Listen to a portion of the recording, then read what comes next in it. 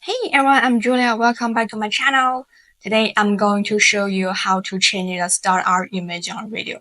First, you need to connect your radio to CPS. If you are not sure how to do that, check the link I have put in the comments. Once you are connected, go to Power On Image, click Open Image, and pick the picture you want to use.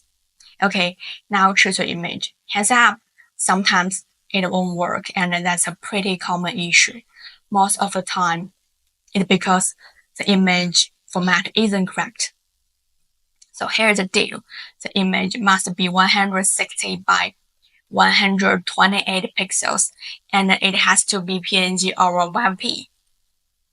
You can use Photoshop to edit, or you don't have the Photoshop, I have included a free online converter in the comments.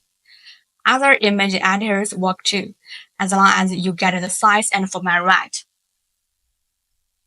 Once your image is ready, click Open Image again, upload it, and then hit Write. After finish, your radio will restart.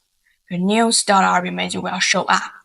And that's how to change the startup image on radio. Don't forget to subscribe my channel for more radio tips and tutorials. I'm Julia. See you next time.